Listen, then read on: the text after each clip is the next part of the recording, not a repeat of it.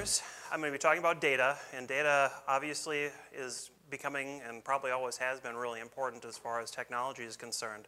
I'm specifically excited about some of the trends that I'm seeing on the web around data, about publishing data, open data, and linked data. And so that's really going to be the core of the focus, a very high-level overview of what I'll be talking about today is linked data and how it manifests itself on the web right now and what we can potentially do with this data to help solve problems, to help propel businesses, and do a number of other things. So a little bit more about me. I guess you could call me an early adopter. I've been working with linked data technologies on the web since probably 2008, 2009, when I was contacted by a man named Martin Hepp, who actually has been very instrumental in some of the work that Google is doing and Bing and Yahoo have been doing around Schema.org. And I don't know if anybody has heard about that. It's a fairly recent thing, well, within the last 3 or 4 years.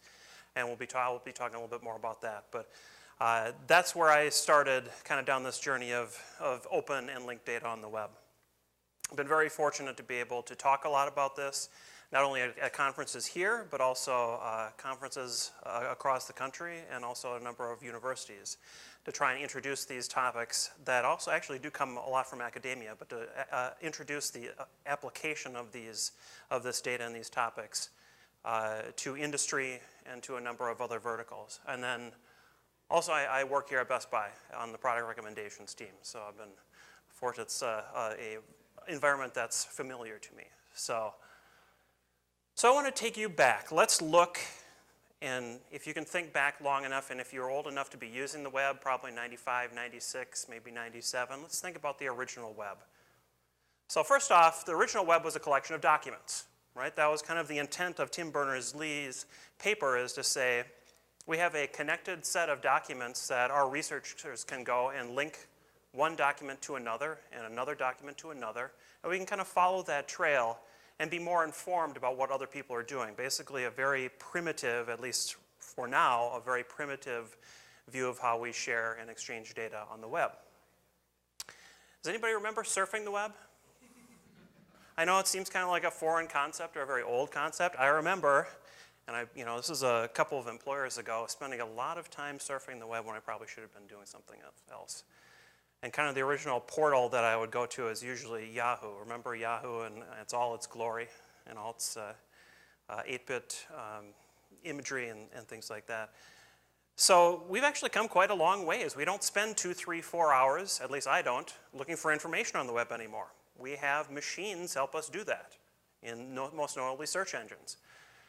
And so we can really say that the web back in the day was actually created for mostly human consumption, right? So we as humans had to do a lot of heavy lifting to get to what we were looking for. And we spent hours and hours doing that. Let's take a look at the web of today. So the web of today, we have trillions of web pages. I know it's a very specific number, but it's a lot of web pages. We have 5 billion web page changes every day, which is a huge amount of change. Obviously, we don't keep track of that, but it's a huge amount of change. One interesting thing that I found is there are 1,000 times more web pages that are untracked, that have not been found by machines, again, search engines, what they call the deep web. And so there's a good amount of knowledge out there right now that we don't have access to. Additionally, and there was a study done, I think, towards the end of 2013, that over 60% of website visitors are not humans anymore, they're machines. And actually, there was 61.5% of traffic right now to websites are machines. And so things have changed radically in a fairly short period of time. Over the last 20 to 25 years since the web was invented, things have changed dramatically. Additionally, if we look at us as humans, not only on the web, but also in our everyday personal lives, we create a ton of data. Every day, we create 2.5 quintillion bytes of data, which is equivalent to 3.4 billion HD movies. That's also 18 zeros for you, those of you that are keeping score. There's a ton of data that we have that we're creating. Some of it we're posting to the web. Some of it we just have on our local hard drives or on our machines, or we're scribbling. You can consider it to be scribbling on notepad data that machines don't have access to. And I would bet that data, if we were to publish it to the web in a format that machines could understand, would actually be very valuable to solving a lot of our problems, to enhancing business, and to doing a number of different things. And it's kind of a utopian look at things, but I believe that that's the case. And also, this guy does too. I don't know, not Al Gore, but Tim Berners-Lee. Now, I don't know if all of you are old enough. I've been in conferences and given this where people don't know who that guy is, Al Gore. But Tim Berners-Lee had a vision, and his vision was around linked data and publishing open and accessible data to the web. And back in 2001, he wrote an article, and this is kind of some of the data that came out of this article. He coined the term linked data, and the definition he gave to it was a new form of web content that is meaningful to computers will unleash a revolution of new possibilities. He believes it, I believe it. I believe we have a ton of data right underneath our fingertips that if we published it to the web, in a format that machines can understand and humans can understand, we can actually do a lot of good with this. Tim Berners-Lee actually believed this so much that in 2009 he went and did a TED Talk and convinced people to start publishing their data on the web. The phrase was raw data now. Raw data now. Publish anything to the web because we can get at it and we can use it for good. What I'd like to do, this is the part of the presentation that I need your help with. So he had the audience scream out, raw data now. And I want us all to do that because this is a really core foundational element of linked data and open data on the web, is that you publish your data on the web, regardless of the format. So I want to start off, and I want to make sure everybody is awake too, because I know after lunch, get a little goofy, okay? So everybody say raw. Data? Now. Let's do it one more time. Raw. Data? Now. And if there's nothing else that you remember from that presentation, remember raw data now. It's a very core concept. There are a couple of other core concepts that Tim Berners-Lee came up with, and one is around 5 stars of data. So obviously data can come, and again, raw data can be very raw, right? It could be things that raw data that we have an extremely difficult time grasping, and we have an extremely difficult time consuming with machines. And so he set up some standards, some very basic standards. The first standard, and you get a 1 star for basically making your stuff available on the web. Making it so that it is accessible by a URI, or some people call it URL, but we're going to go with URI on that one. You get 2 stars if you make it available as structured data. So rather than a whole bunch of gobbledygook or a text file, maybe put your data into a tabular format. You get 3 stars if you use a non-proprietary format. So instead of using Excel, and I know the Microsoft people will not be happy about this, but instead of using a proprietary format like Excel, publish your data in a CSV, again, more accessible to machines.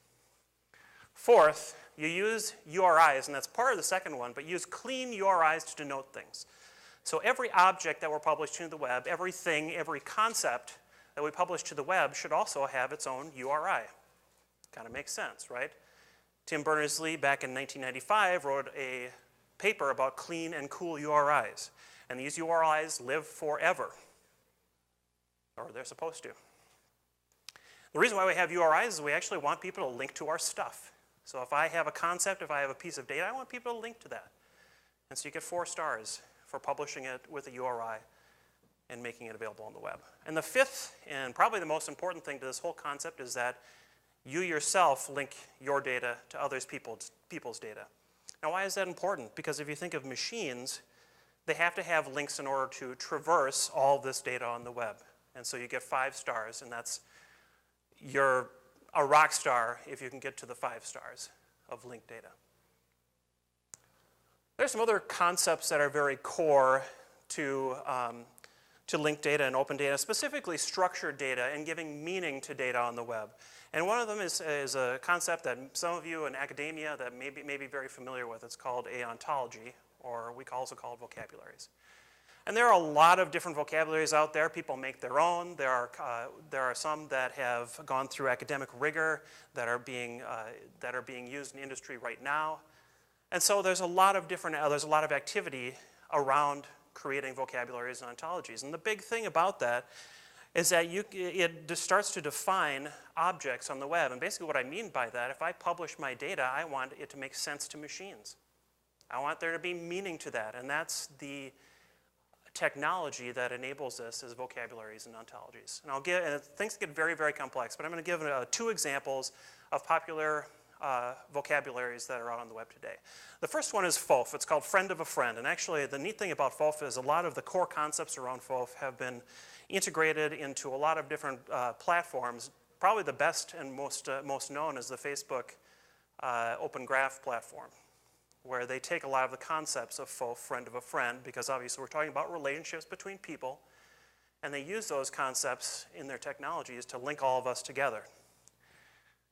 So at a very high level, an example of a FOF ontology, if I were to mark my data up, and this is by no means a complete solution or example, but me, Jay Myers, knows Kristen Watmick. Kristen knows Billy Bob. And so if I mark my data up with this, I can actually write code that can infer on the bottom that a machine can infer that I might like to know Billy Bob.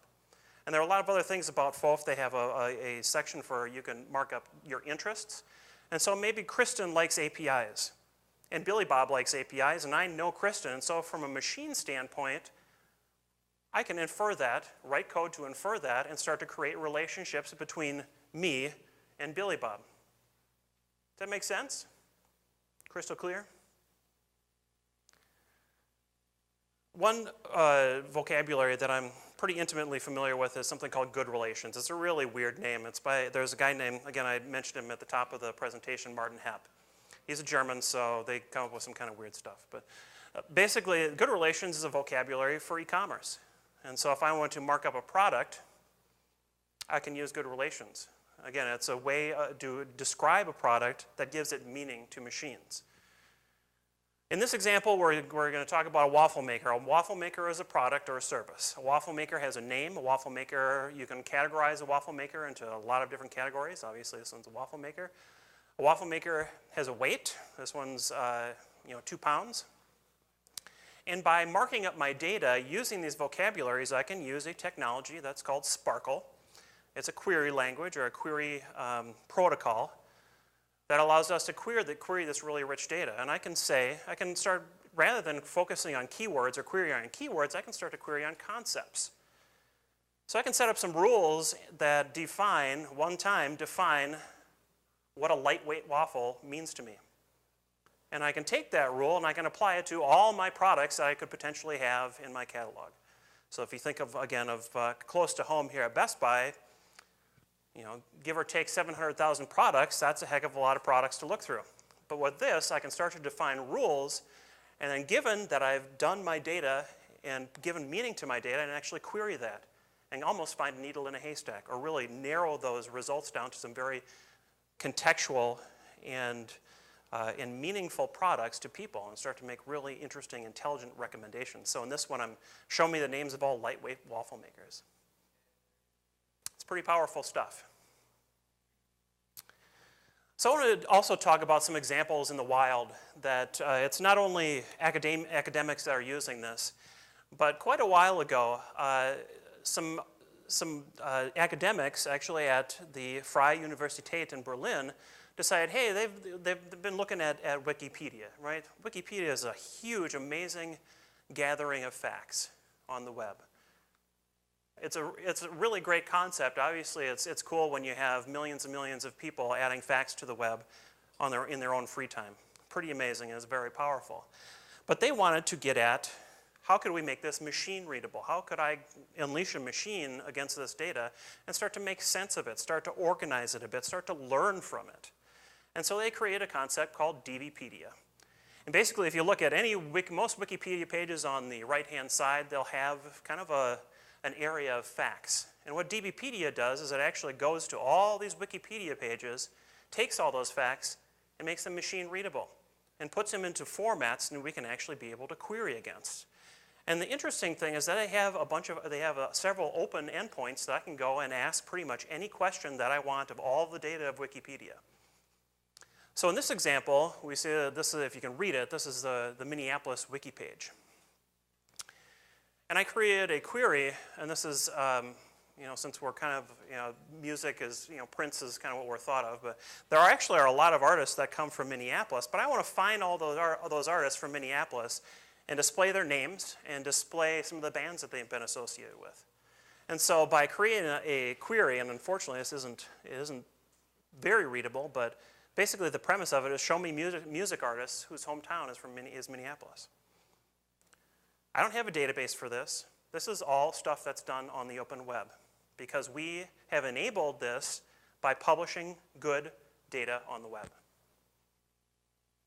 I think it's very powerful. I mean, I've seen some truly, truly amazing queries. This is just a basic example.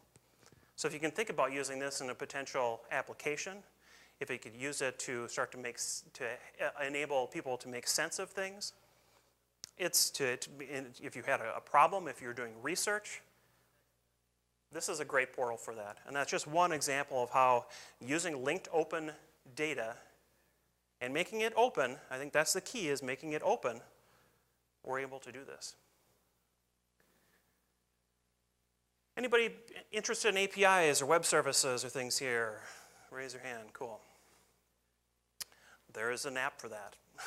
So there's actually a lot of work being done right now to apply linked data principles, ontologies, and vocabularies to help us publish smarter, more intelligent APIs and web services. And it's called Hydra. And there's also an underlying technology called JSON LD, so it's JSON linked data. JSON linked data as a standard actually just recently was fully approved at the W3C. And so it's now a standard that we're using. That's another word that I'll emphasize going through this is actually standards.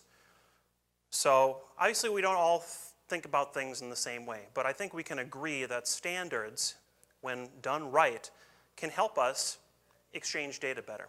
And this is exactly what the Hydra project and JSON LD are meant to do. So they are machine-readable vocabularies that can be used to describe web APIs.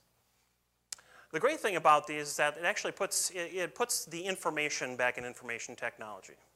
Right? So I think a lot of developers are really, and I know I've been one of them, are really concerned about what format my data takes. So if I'm publishing something, I'm publishing it in a specific way, and I need developers to understand that. And everybody has a different way of doing it.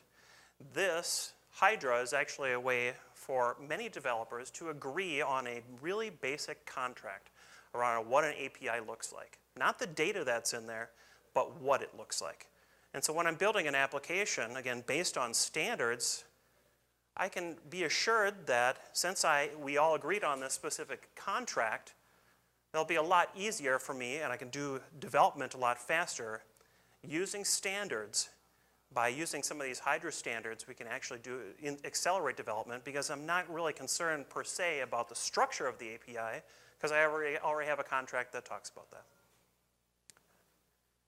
So this is going to enable us to create a new breed of web APIs that uses these decentralized contracts. And I think it's a huge benefit to this, and this is a very the Hydra project has actually just been started probably within the last 6 months, but it's gotten a huge amount of traction because it makes sense. And underlying all these technologies are linked data principles and open data principles. So not only is it visually facing applications, but it's also web services and APIs that can benefit from this. So we talk about the web, we always talk about search engines, we talk about Bing, we talk about Google. Well, we don't talk about Yahoo all that much anymore, but. So back in 2010, something really amazing happened, kind of in this linked data vein, in this open data vein. It's called Schema.org. Has anybody heard of Schema.org? Awesome, so it's getting around. So Schema.org is basically our search engines, Google, Yahoo, Bing, and a Russian search engine called Yandex actually decided to come together and support a common schema or a set of vocabularies that search engines will understand. So now, again, just like our JSON LD and Hydra concept, there is a specific set of standards that we can all loosely agree on that I can just start to publish my data openly and have search engines understand, which obviously that's kind of the one-stop shop to get on the web now. for the most part, is search engines. And so if they can all agree on this, this is really going to make our lives a lot easier. It's going to be, we're going to have data all over the place, and we're going to do it in a format that these machines can actually understand, and we can all agree that these standards are something that we're behind, and they're going to be beneficial for the web in general. Now, Schema.org is a huge thing, right? It's been going on for 4 years, it's gotten a lot of traction. Really what Schema.org, the main goals and purposes of Schema.org is to create common vocabularies that search engines can understand. So give those to developers. There have been some efforts beforehand to try and standardize some of these things, but there are 4 or 5 different standards, and developers were really confused about which one to use, and no one had any specific traction. So you had Google that would support one standard, you had Yahoo that would support the other, and so you had developers who really wanted to give the web their data, didn't understand how to do it. And so this finally, after a lot of wrangling, this coming together by search engines allowed developers to have a one set standard that would be understood by everybody. The other thing is that was really hard back in the day to start publishing data on the web. And I remember doing this back in 2008, 2009. Again, I was one of those developers who was really confused about what to choose. And actually, it was very difficult sometimes to retain the human-readable aspect of a website and also publish data in your HTML, which is really what this is all about.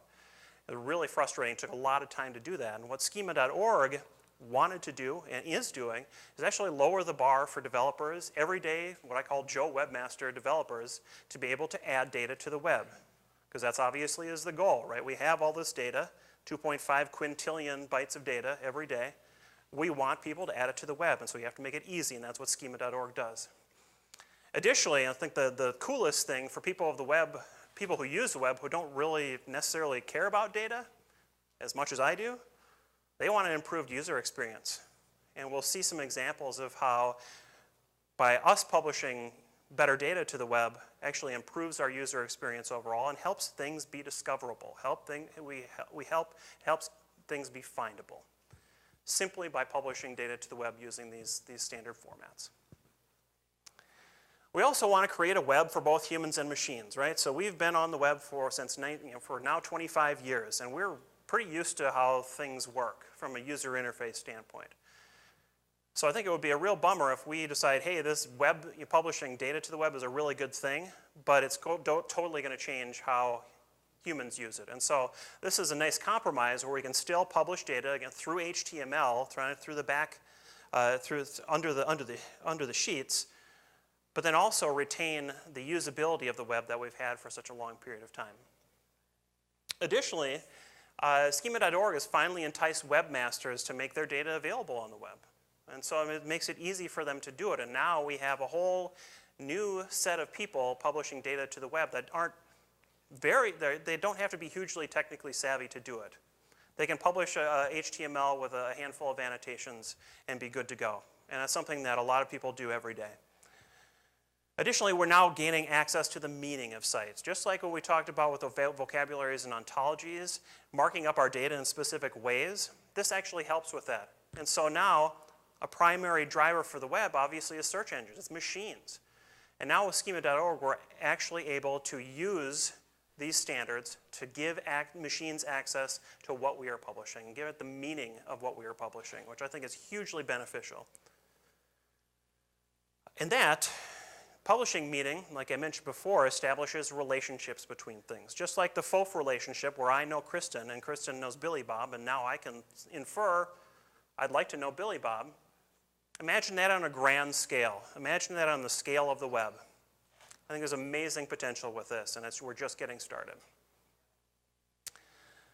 So publishing data on the web, you always have to give developers some sort of a reason to do it, or businesses, you have to give them a value prop to urge their developers to do this. And the value prop that search engines did when they originally came up with Schema.org is say, give me your data in a machine-readable format, again using standards, and I'll make your stuff more attractive in search results. It's a pretty easy sell, right? Your developers, again, I know that sometimes they're hard to wrangle to do 5 or 10 minutes of extra work, but now they're actually seeing results. Back in the day when we were publishing data on the web randomly, we didn't necessarily see the results straight away, and now we are, and we're going to look through some of those results in these next slides. So now, since 2010, now we're at 2014, we've had a lot of success with this. So luckily, we have about 15% of the websites on the web publishing this data in schema.org format.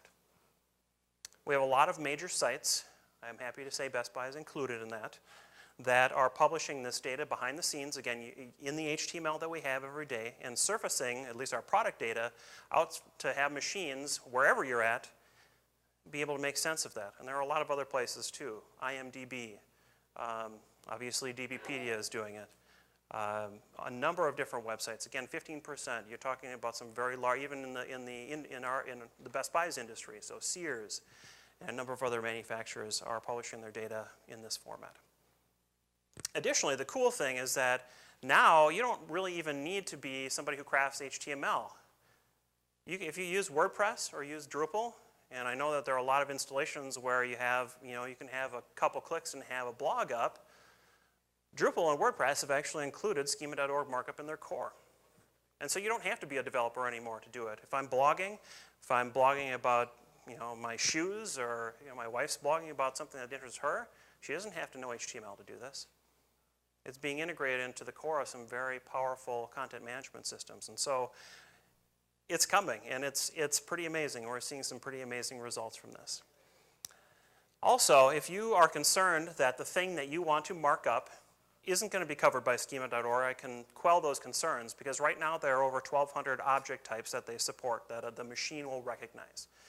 So you could have a person, you could have places, you could have events, you can have products, you can have a whole slew of other things, recipes, that you can mark up using schema.org markup that machines will understand.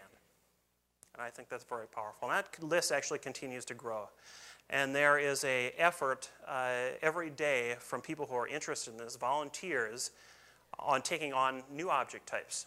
So if you have something that isn't covered in the 1,200 objects, you can probably suggest it and put down a good use case for it, and they will adopt it. And so it's a very exciting time. Yes? I don't know. That's a good question.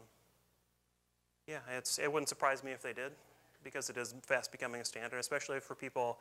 The cool thing about having these search engines adopt this is that you get an audience that you might not usually have, like the SEO audience, who is really primarily been concerned in the past about keywords and things like that, kind of gaming the system.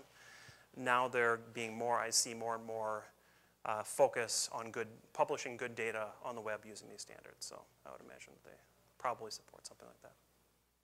Any other questions while we're at it? No? Yeah. There are 1,200 objects available. Mm-hmm. How many are the search engines? In theory, they should use all of them. The only I've ever seen are products and recipes. Yeah, there's a big emphasis on those. Yeah. So the interesting thing is that some of them we don't have a good idea of what we're getting back. So some of the less popular ones may not be used all that often, but you're still, if there's a use case that one of the search engines could potentially come up with, and they would most likely, they'd have access to that data. That's a good question, though. Yeah? What sort of predicates? What do you mean? Well, you've got an object. Mm-hmm.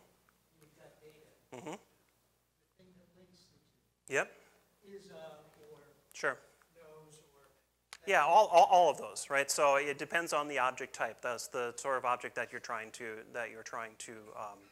model. So, for example, with products, we have is a product. You have a scope, and again, I'm not showing specific examples of this, but in HTML there is a product scope. So your top level div, and then all the things that are underneath are actually either are predicates, or they could potentially be other objects. But yeah, there's if you look at like a product, the product one is one I'm most familiar with, and that's based largely on the good relations vocabulary. And so it's not word for word, but things like price, has a price, has availability, things like that. But yeah, it really depends on the object that you're marking up. Yes. So, object type Mm-hmm. relations between Sure. the attributes, Mm-hmm. something like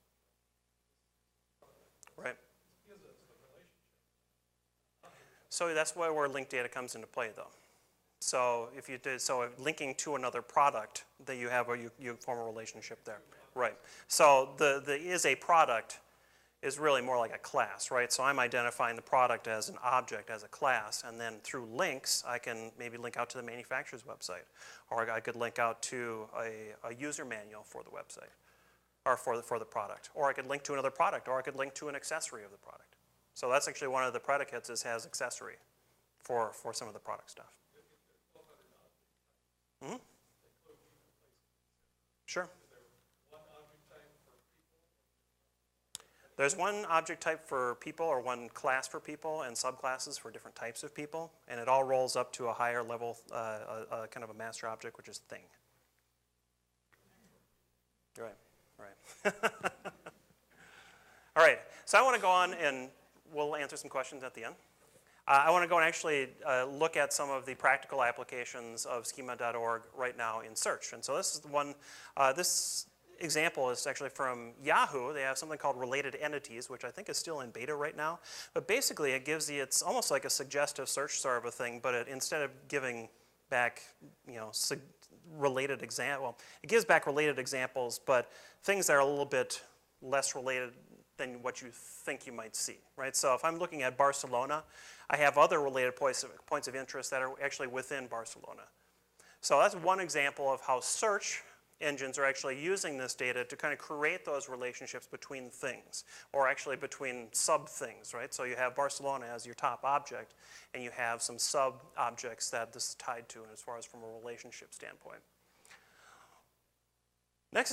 Next example is something Yandex did, and they're, again, popular search engine in Russia. I'm not expecting a ton of people to actually know about Yandex, but Yandex takes this data that people publish, the rich data that people publish, and actually creates applications on top of it. And so in the Yandex search experience, if I'm, say, Aeroflot, which is a really popular airline, or if I'm a clinic, I've created my scheduling using schema.org markup, and Yandex uses this on their search engine results page to actually enable users to be able to book a flight directly from their user experience without ever going to the airline's website. Or if I wanted to book an appointment for a doctor and they have their stuff and their appointment data linked up using schema.org and linked data markup, I can actually book an appointment, again, directly through Yandex's user interface.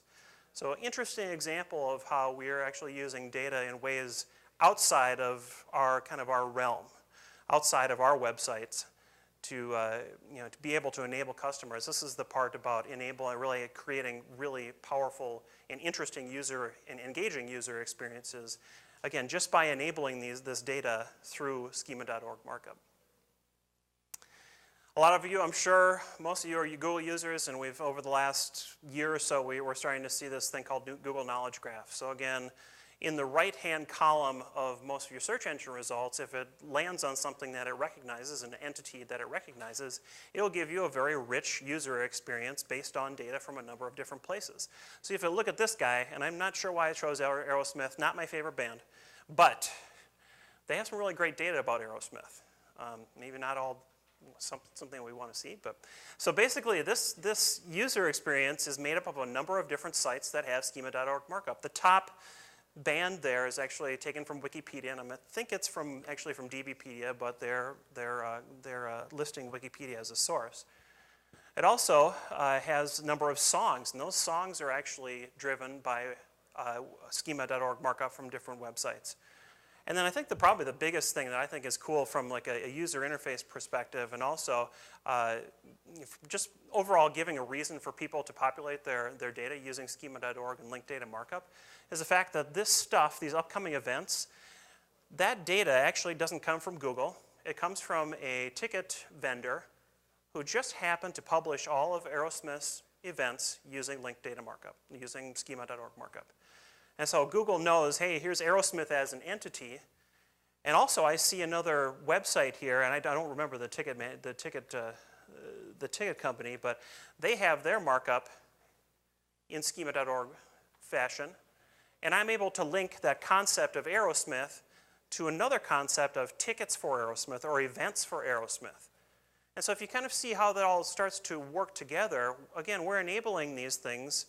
We didn't go to Google and say, hey, can you put this stuff on your knowledge graph?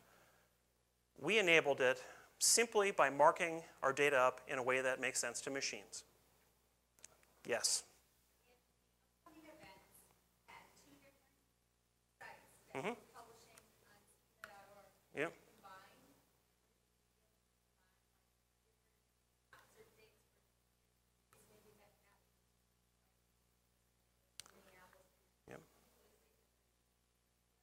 You certainly could, yeah, and that's not something that we have any control over. So again, there is a little kind of a leap of faith when we're saying, the search engine is saying, hey, give us your data, and we're going to create these rich, engaging user experiences. There's no guarantee that you're going to have that on there.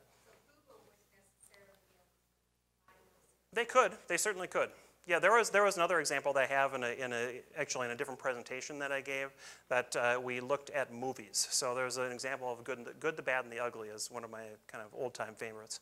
And they actually, for ratings, they actually use two different rating sources that both mark up their data using schema.org. So IMDb and Rotten Tomatoes. Those are both really popular sites, and they have all that data in a rich format that they can understand. And in that case, they actually use both of those. So we can't dictate what they use, but that certainly would be a potential to use more than one source for this stuff. Mm-hmm.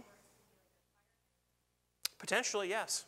But I think that's a good thing, though, because then they can pick and choose. So we're trusting that Google has our best interest in mind. I know it's funny, but maybe, yes. So there is some business aspects behind it. But yes. So if we participate, that's why I think it's very important that, again, we're only at 15% participation right now across the web. And that's why, actually, we're kind of predicating some of the stuff that I'll talk about in my last slide, is that everybody has a responsibility or could benefit from this as an early adopter. Right? We're still in the early stages, and so we don't know what's going to happen. We don't know what the next rich user experience is going to be. But it does pay to... Again, you're talking about 5 to 10 minutes to kind of learn how to annotate things and publish things well on the web for a whole lot of benefit. Another example of a non-search engine application is actually Pinterest. So Pinterest has been this really popular, obviously popular marketplace, third-party marketplace for things like products or things that people are interested in. And actually, they support something called rich pins. And what they do is they provide an enhanced user experience for products that have schema.org markup. So if you see on the right-hand side, that's actually an example from Home Depot. And in the middle is recipes. And somebody mentioned it before, but recipes has really been a hot thing. So products and recipes are very, very popular. Recipes, I don't know why, but people like to eat, obviously. But they're creating very much richer user experiences based on the fact that I've marked up my data in a way that they can understand versus just your standard Pinterest pin. And so it'll be interesting to see where that goes. I've seen a number of different examples, and they are a little bit more engaging. When you have more data, it tends to be more engaging. You're more informed. You have a better user experience. Rather than just posting a line of text in a product image, you're actually looking at a lot more data, and I think that's very engaging.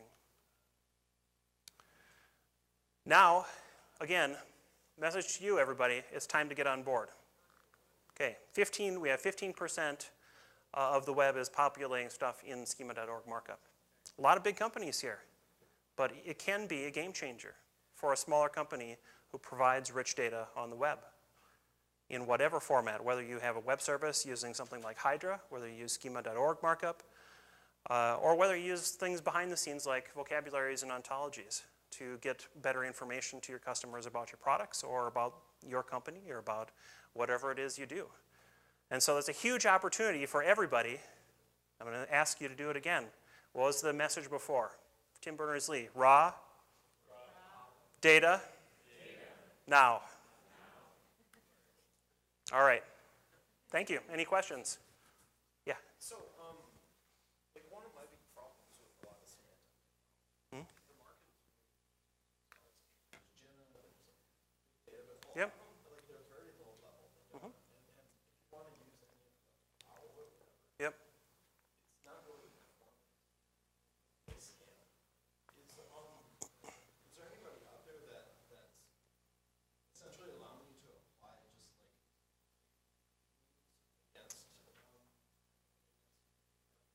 Sure, yeah. So there, a lot of work is being done in the area of triple stores. There is a specific vendor that I've used in the past called Stardog, made by a company called Clark and Parsha. Very performant. And so I think but it does suffer from the same things that we as big data does, is that performance when you get a massive amount of data to infer a reason over 250 gigs worth of data it does take a while, and so that nut hasn't necessarily been cracked. Yes. Yep. Yeah. Why do we have schema.org as opposed to this? So that's a very good question, because they kind of.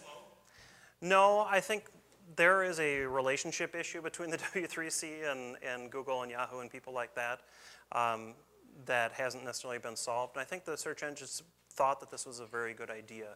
It's just that they couldn't agree necessarily on how to present it. I honestly think, so back when schema.org was first originally announced, there was a lot of concern about how this, from the W3C standpoint, how it would play. I think over the years, the relationship has gotten a lot better.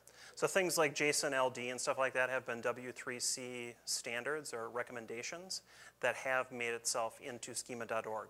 And a lot of the underlying foundational technologies and concepts are actually kind of been brought up in the W3C, so it's really just a manifestation. The schema.org is basically a manifestation of a lot of work that's been done before. Have they done any work in accessibility? Yes, there actually is one of the object types is accessibility, and it's actively being worked on right now. Yeah. How is that? Sure. I'm sorry. Okay. Any other questions? Yes, sir. 60% of the traffic is bots. What are those bots doing? If I knew that, I don't know. That's a good question. I think, so the web is a mainstay of, or the main medium that we use right now to exchange data, I would say. And I think there are always data-hungry applications that are looking for other people's data. A lot of the bot traffic is probably search engines just looking to make sense out of some of this stuff. So that's a very good question, something I don't think I necessarily have the answer to. There's also a lot of scraping going on by underpaid Russian math wizards. Yeah. So yeah, there's, we would hope that everything is kind of in good faith, but obviously some of it isn't. But again, using the schema.org and a lot of the techniques that we have talked about, we're hoping that that people are using it for the good. Obviously, we can never be for sure. So what's a good way to read stuff that's in there? What's that? Like you talked about scraping. Like suppose you want to get a bunch of this stuff. There are a number of different libraries available that will help you with that. Google and Yahoo and Bing offer some visual tools that will allow you to plug in a URL and see what they're actually getting out of it. So there's a lot of different, there's Python libraries to do some of this stuff, so that you'll find it in a lot of different places. I've seen lots of places. I'm just wondering if it was for No, I don't think so. I think it's just whatever your preference is from a technology standpoint. So. If you're just learning about it, I think there's a plugin for Chrome or something that kind of shows the entities that are on the page, which is really cool. Yeah, I was going to next one of my other slides at one point was, there are a number of different plugins that will, light up when there actually is a markup there. You can see one of the examples that I give is the information. Why? But it shows some of those attributes. It shows that she has a title of actress or title of producer, and you can see some of the rich marker, the rich data that can potentially come on the page. That's a good point. Yeah. Now, you are a cheerleader for this. Yeah, Slate it's Canadian cheers. Yeah. There are people who are fearful of data and the sort of totalitarian implications of this on their lives. I don't see it as a totalitarian thing. So again, it's a suggestion. It's can we come to a common understanding of what things are on the web? With semantic data at its core, if you wanted to, you can choose to write rules that define whatever you want, right? So for example, we have product scheme. If you think that products look different, or you don't agree with the product, you can write your own and publish it in a machine readable format. I think that's the beauty of it, is that you don't have to agree with both.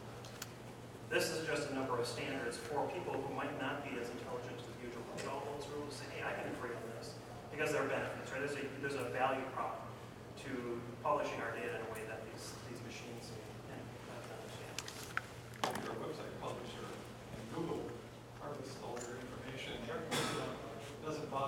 tell people where the information even came from.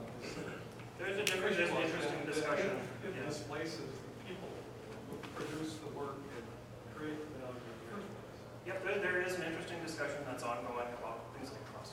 So where is it a trusted source? That is absolutely correct. I think you can find that in other places too, if you weren't publishing. Trade, yeah. Absolutely. All right. Anything else? Anybody else? In terms of just like smaller websites that may not have, a boatload of products like Amazon or something, is that still recommended to just fit in maybe the smaller parts? Because I know, we talked about products and people being politicians, actors, that kind of stuff. Yeah. That's very well tied into Google, but maybe the lesser stuff, how does that? I always give it a shot. I honestly, the bar to get into some of these things, at least to try and experiment with, is so low that I don't think there's a lot of cases where you would want to do it. From a product standpoint, if you're a small shop that's selling products, I say go and do it. I mean, you can probably find plugins in most of your major e-commerce platforms like Magento and things like that. They should probably do it for you. And so I say why not rather than why.